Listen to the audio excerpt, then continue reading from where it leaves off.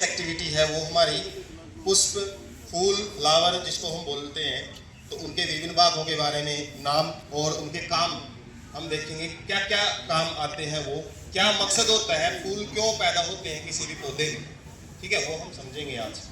तो सबसे पहले तो उद्देश्य है पुष्प के अनुदैर्घ्यकार के मॉडल व पुष्प के नमूने की मदद से उसके विभिन्न अंगों का अध्ययन।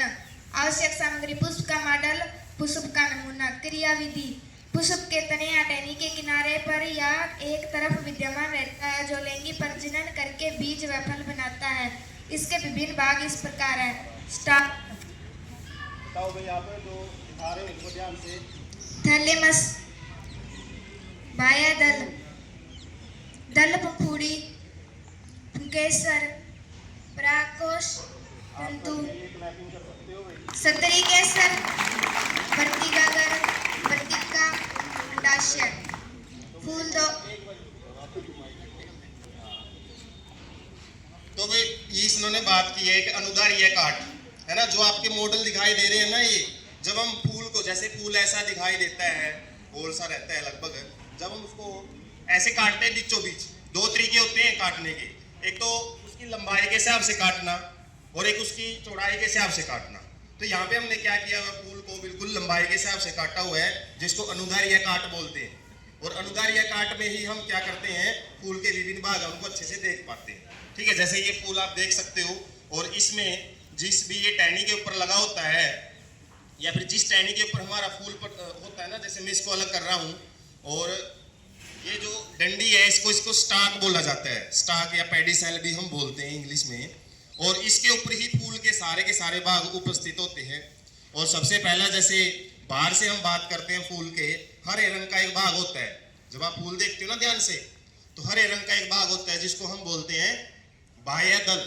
दिखाओ भाई आप इनको टच करके, हालांकि इसमें हरे रंग का है नहीं, इसमें दूसरे रंग का है। हाँ, इसमें यदि हम ध्यान से देखें, ये मैंने अलग कर दिया है, हालांकि हरे रंग का नहीं है, इसमें अलग अलग रंगों के मिल जाते हैं। तो इसको बोला जाता है बाह्य दल। बाह्य मतलब बाहर की तरफ, ठीक है, बाहर की तरफ। जो दल का मतलब होते हैं पत्ते जैसी संरचनाएं, तो बाह्य दल बोला जाता है। इसमें जैसे हरे रंग के जो पत्ते जैसी संरचनाएं आपको फूल में दिखाई देती है, उसको बाह्य दल बोलते हैं। उसके बाद जैसे हम आगे बढ़ते हैं तो एक रंग वाला भाग हमको दिखाई देता है ना। जो भी फूल का रंग होता है, नीला, पीला, हरा, जैसा भी आप रंग देखते हो, वो उसकी क्या होती है, पंखुड़ियां होती हैं, जिसको दल बोला जाता है, पेटल्स इंग्लिश में बोलते हैं। और इनका काम क्या होता है, ये कीट पतंगे जितने भी होते हैं, मधुमक्खी है, तितली है, उनको आकर्षित करती है, ताकि फूल के पास वो आए और फूल से क्या लेके जाए, परागकण लेके जाए, ठीक है। परागकण जब दूसरे फूल पे जाते हैं, तभी वहां पे क्या होता है, प्रजनन, या फिर हम बोल सकते हैं निषेचन, और वहीं से बीज बनते हैं, ठीक है। जो बीज बनने से ही आगे क्या होते हैं, नए नए पौधे बनते हैं। तो सबसे मेन काम है जो तितली है, मधुमक्खी है, मधुमक्खी तो इतना ज्यादा रोल प्ले करती है परागकण को पहुंचाने में, कि यदि मधुमक्खियों को यदि हम एकदम से खत्म कर देना पूरे संसार से, तो आने वाले 4 साल में सारे के सारे जितनी भी स्पीशीज हैं, जितनी प्रजातियां हैं, चाहे इंसान है चाहे दूसरी प्रजाति हैं, सारे खत्म हो जाएंगी वो। क्योंकि हम भी जो निर्भर हैं पेड़ पौधों पे, बीज वगैरह, जैसे गेहूं चावल जो खाते हैं, ये भी बीज ही हैं। और मधुमक्खी हैं, तितली हैं, ये क्या करती हैं, प्रजनन में, लैंगिक प्रजनन में बहुत ज्यादा भूमिका निभाती हैं, ठीक है। तो इतनी ज्यादा इंपॉर्टेंट होते हैं कीट पतंगे, तो उनको आकर्षित करती हैं ये पंखुड़ियां। उसके बाद जैसे ही हम और अंदर जाएं इस फूल के, तो इसमें एक मेल पार्ट होता है, नर पार्ट, जिसको बोला जाता है पुंकेसर, है ना। पुंकेसर को आप बता सकते हो कौन सा भाग है। और पुंकेसर में 2 हिस्से रहते हैं। ये फूल छोटा है, हालांकि कभी आपको क्लास में दिखा भी देंगे। पुंकेसर में एक तो डंडी होती है, जिसको तंतु बोला जाता है, और उसके ऊपर होता है एक बल्ब जैसी संरचना, जैसे बल्ब लगा होता है, जैसे इसमें भी देख सकते हो आप डायग्राम में। आप थोड़ा ध्यान से उधर भी दिखाओ ना, उधर दिखाई नहीं देगा आपको। हाँ, थोड़ा इस साइड, हाँ, आप पीछे हो जाओ, रीना तो थोड़ी पीछे हो जाओ, हाँ, इस तरीके से। तो ये है पुंकेसर भाग। और पुंकेसर में क्या होता है, परागकण बनते हैं। उसके बाद हम जैसे ही फूल के सेंटर में जाते हैं, तो वहां पे होता है क्या, स्त्री केसर, ठीक है। स्त्री केसर में 3 भाग होते हैं। सबसे ऊपर जो मैं नाम बता रहा हूं भाई, आप टच करके बताओ इनको। सबसे ऊपर वाला भाग है, जैसे इसमें बल्ब से दिखाई दे रहे हैं आपको, बीच में 2 या 3 ये आपके वर्तिकागर इनको बोला जाता है, वर्तिकागर। स्टिग्मा इंग्लिश में बोलते हैं।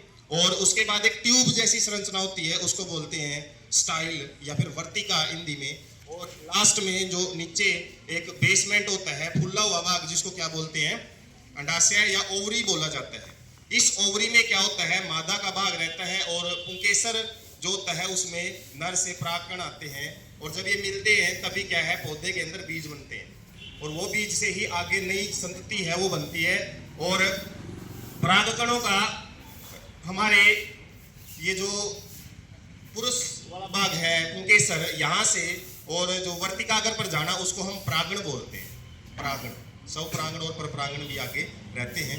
एक फूल में यदि दोनों भाग हैं, पुरुष और जो स्त्री केसर और पुंकेसर, उसको उभयलिंगी पुष्प बोला जाता है। और कई बार फूल के अंदर केवल एक भाग भी होता है, उसको हम एक लिंगी पुष्प बोलते हैं। और कई बार तो एक पौधे पे एक ही प्रकार के पुष्प मिलेंगे। जैसे पपीता है, पपीता केवल आपको एक लगाओगे ना तब कोई फल नहीं देगा वो, क्योंकि वो पपीता का पौधा एक अपने आप में या तो नर मिलेगा या मादा मिलेगी। 2 पपीते आपको लगाने पड़ते हैं यदि फल आप लेना चाहते हो वहां से।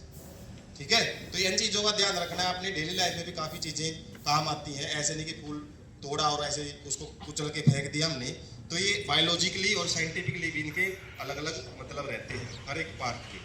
तो कौन से भाग का क्या मतलब है, क्यों होता है फूल के अंदर, फूल क्यों पैदा किए जाते हैं पौधे के द्वारा, ठीक है, वो आपको पता होना चाहिए। और फूल में जो ये ओवरी है, अंडाशय है, इसी से आके फल बनता है। जो हम फल खाते हैं ना, तो वो अंडाशय से बनता है। और जो बीज बनते हैं, इसके अंदर काफी छोटी छोटी संरचनाएं होती है जिनको अंडाणु कहते हैं, वहां से बीज बनते हैं।